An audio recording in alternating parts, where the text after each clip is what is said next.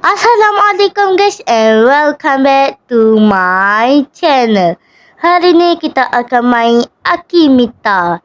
Kalau korang nak tahu, Akimita tu sebenarnya adalah sebuah AI hasil gabungan Mita AI dengan Akinato yang dicipta di sebuah kilang bernama Playtime.co oleh saya sendiri. So, tanpa membuangkan masa, let's go!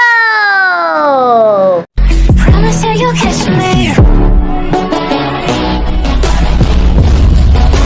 Promise that you'll catch me. Okay lah guys, kita dah start sekarang ni guys. Jom kita tengok ya. Adakah dia hebat? Kita hanya jawab macam Akinato, ya, tak, mungkin. Minecraft juga je. Minecraft baru je kita start semalam. 100 hari tu ya guys. Game mobile. Game mobile lah. Aduh. Kita dah ni vlog hanyalah beliau buat. Beliau tu saya ya guys. Kita buat masa jalan jauh lah, macam kita pergi berlawai tu. Aduh. Kita dah bagi info dah. Harap dia dapat lah info dengan clue. Harap dia ni dah drama lah.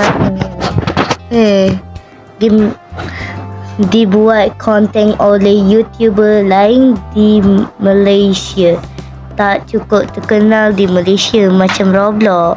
Yelah, Avatar World taklah terkenal sangat. Baru 3 YouTuber buat, macam saya, Takif Perak Pazu, TDT Channel Sataria RSR, panjang nama, dengan Avatar Digital Studio. High School Simulator pula. Thinking itu macam hampir dalam kalangan lah. Play Together tak? Hampir sangat. Hampir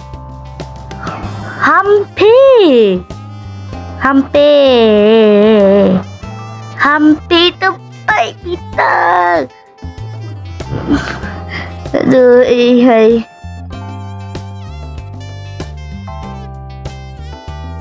Okey lah guys, kita bagi satu jawapan je lah guys. Kita bagi yang puzzle tu. Aduh, susah sangat ke? Hai. Dah lah guys, kita sambung sampailah je ni. Aduh, hai. Susah juga guna Akimita ni ya guys. Okey dah. Jom kita tengok adakah dia dapat tengok nama saya guys. Dapat review nama saya. Jadi korang boleh perak. Wah, dia betul perak. Hebat guys. Okey, korang boleh tengok sendirilah ya guys. Takif. Wah, hebatnya dia. Tahniah Akimita.